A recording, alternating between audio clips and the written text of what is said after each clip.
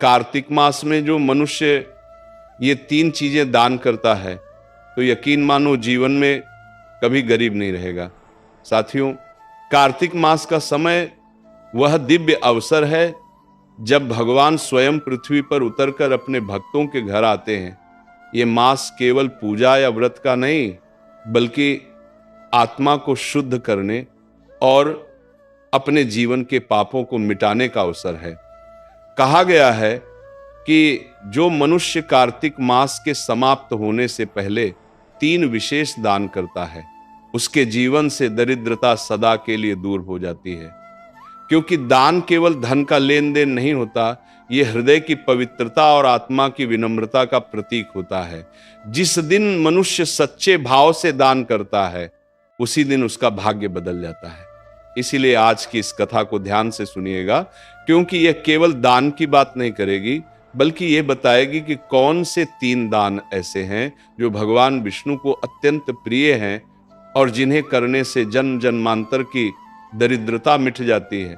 दर्शक बंधु, यह कथा आपको उस रहस्य तक ले जाएगी जो हमारे ऋषि मुनियों ने अपने अनुभव से पाया था कि धन तब तक सुख नहीं देता जब तक वह दूसरों के काम ना आए।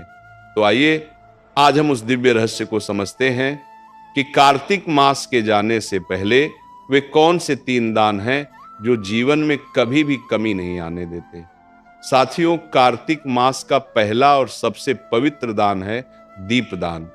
दीपदान का अर्थ केवल एक दीपक जलाना नहीं है, बल्कि अपने भीतर के अंधकार को मिटाना है।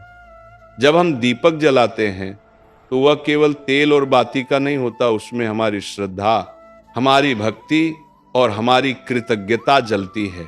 कहा गया है कि जब व्यक्ति तिल के तेल का दीपक जलाकर भगवान विष्णु, तुलसी माता और गंगा मैया के नाम से दान करता है तो वह स्वयं अपने जीवन का अंधकार मिटा देता है।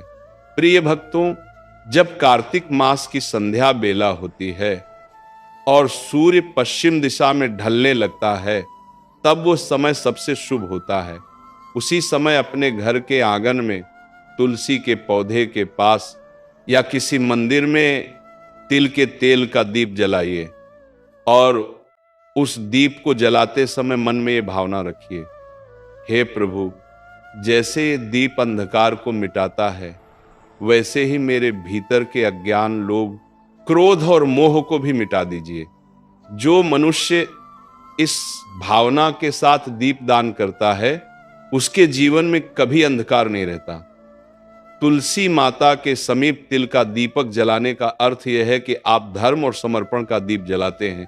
जिस घर में प्रतिदिन तुलसी माता के नीचे दीप जलाया जाता है, वहां राक्षसी शक्तियां प्रवेश नहीं कर पाती, वहां दरिद्रता नहीं टिकती, वहां कलह नहीं होता। माता लक्ष्मी स्वयं उस घर में प्रवेश करती हैं और कहती हैं, जहां दीपक जलता है वहां मैं वास करती हूं।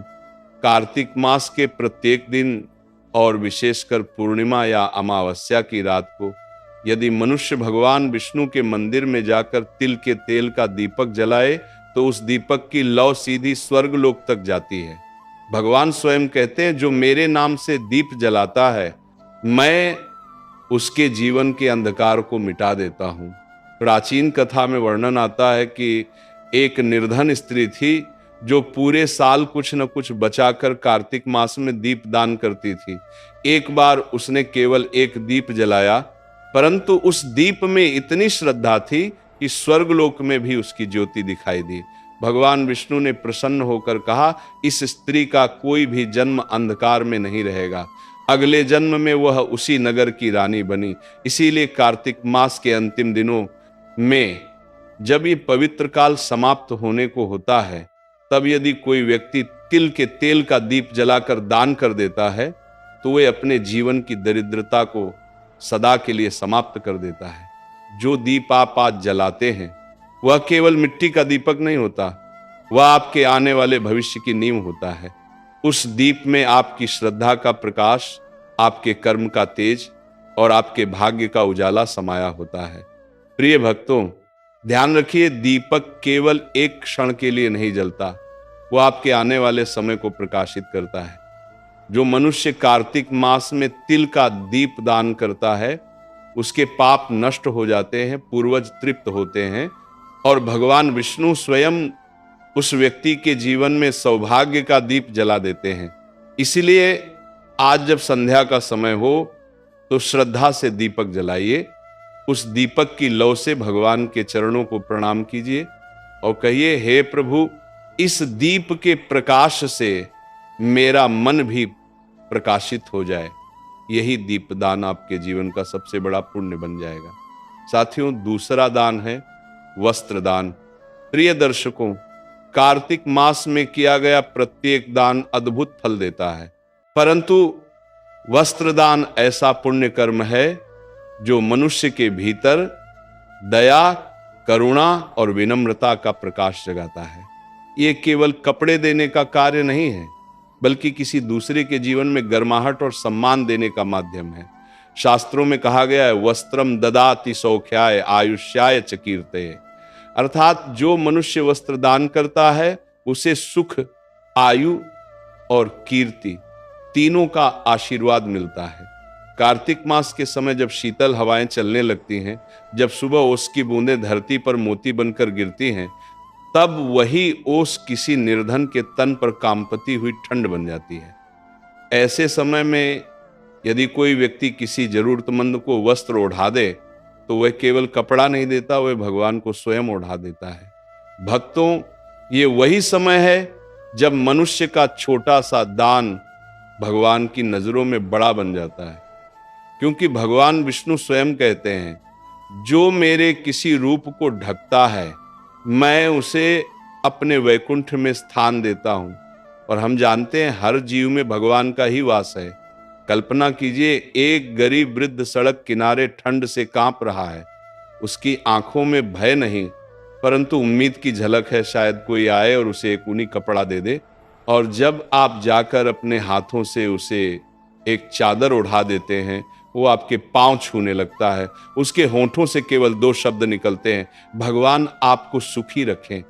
क्या आप जानते हैं, ये आशीर्वाद आपके पूरे जीवन का मार्ग बदल देता है, क्योंकि जो आशीर्वाद एक भूखे या ठंड से कांपते व्यक्ति के मुंह से निकलता है वह सीधा स्वर्ग तक जाता है और वहां से वापस लक्ष्मी के रूप में लौटता है।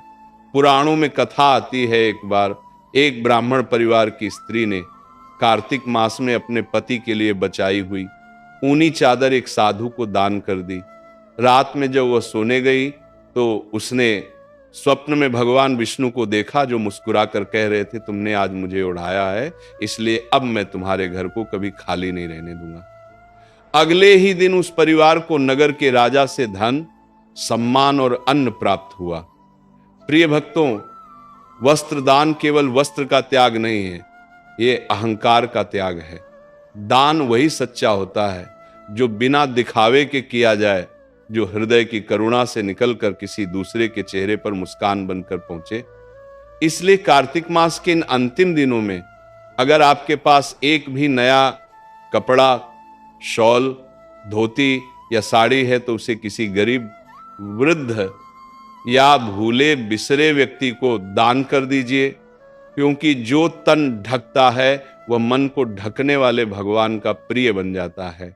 माता लक्ष्मी स्वयं ऐसे व्यक्ति के द्वार पर जाकर कहती हैं, जहां करुणा है वहां मैं स्थायी रूप से रहती हूं।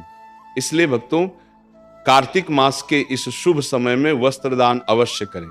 यह दान आपके घर से दरिद्रता मिटाएगा, आपके वंश को समृद्ध करेगा और आपको वह शांति देगा जो किसी स्वर्ण या रत्न से भी बड़ी होती है। साथियों, तीसरा दान है अन्नदान। प्रिय दर्शकों, सभी दानों में सबसे श्रेष्ठ और पवित्र दान है अन्नदान। धर्म ग्रंथों में स्पष्ट कहा गया है, अन्नदानम परम दानम विद्यादानम ततः परम, अर्थात संसार के सभी दानों में अन्नदान सर्वोत्तम है, क्योंकि अन्न ही जीवन का आधार है।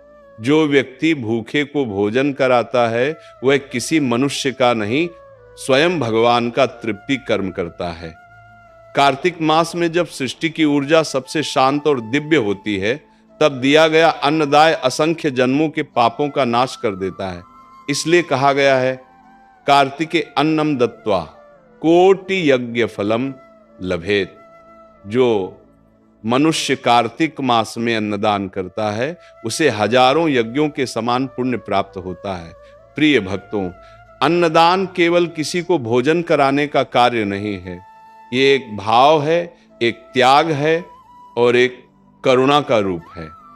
जब किसी भूखे के पेट में अन्न पहुंचता है तो उसके चेहरे पर जो संतोष झलकता है वही भगवान का आशीर्वाद होता है। और जो ये आशीर्वाद प्राप्त कर लेता है उसके घर से कभी अन्न की कमी नहीं होती। पुराणों में एक कथा आती है, एक बार एक साधारण किसान था जिसका नाम मधुकर था। उसका घर बहुत गरीब था परंतु हृदय बहुत उदार। कार्तिक मास की पूर्णिमा के दिन उसके पास केवल एक मुट्ठी चावल बचे थे। उसी समय उसके द्वार पर एक भूखा साधु आया और भोजन मांगा। मधुकर की पत्नी ने कहा, ये तो हमारे बच्चों का आखिरी अन्न है। लेकिन मधुकर बोला, अगर आज किसी भूखे को अन्न नहीं दिया तो ये अन्न भी व्यर्थ है। उसने वह चावल साधु को दे दिए। रात में जब दोनों सोए तो स्वप्न में भगवान विष्णु प्रकट हुए और बोले, मधुकर, आज तुमने जो अन्न दिया वह मुझ तक पहुंचा है। अब तुम्हारे घर में कभी अन्न की कमी नहीं होगी। अगले दिन उसी खेत में स्वर्ण के सिक्के उगे।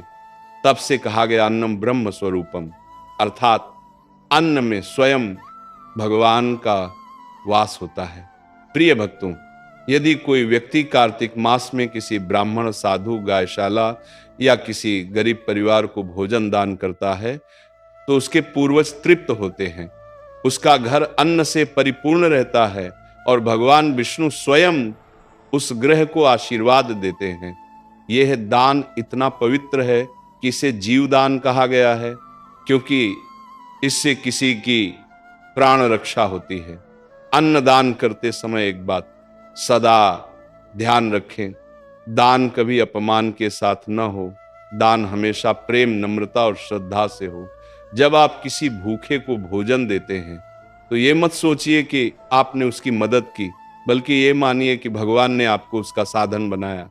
प्रिय दर्शकों, जब भी घर में अन्न पकाएं, उस अन्न का एक भाग गौ माता, पक्षियों या किसी भूखे को अवश्य दें, क्योंकि जो व्यक्ति अपने अन्न में दूसरों का हिस्सा रखता है उसके घर में सदा समृद्धि रहती है। कार्तिक मास में अन्नदान करने से व्यक्ति का भाग्य प्रकाशित होता है, जीवन से दरिद्रता मिटती है और उसके वंश में कभी कोई भूखा नहीं मरता। कहा गया है, अन्नम ददाति यह भक्त्या स विष्णुलोकम व्रजति। जो भक्ति भाव से अन्न दान करता है वह विष्णु लोक को प्राप्त होता है। इसलिए प्रिय भक्तों, जब ये पवित्र कार्तिक मास समाप्त होने को हो तो अपने हाथों से किसी को भोजन कराइए, क्योंकि वही क्षण आपके जीवन की सबसे बड़ी पूजा बन जाएगा। अंत में बस इतना याद रखिए, दीप से अंधकार मिटता है, वस्त्र से ठंड मिटती है, पर अन्न से भूख मिटती है, और यही सबसे बड़ा धर्म है। जय श्री हर, जय मां लक्ष्मी, जय कार्तिक देव।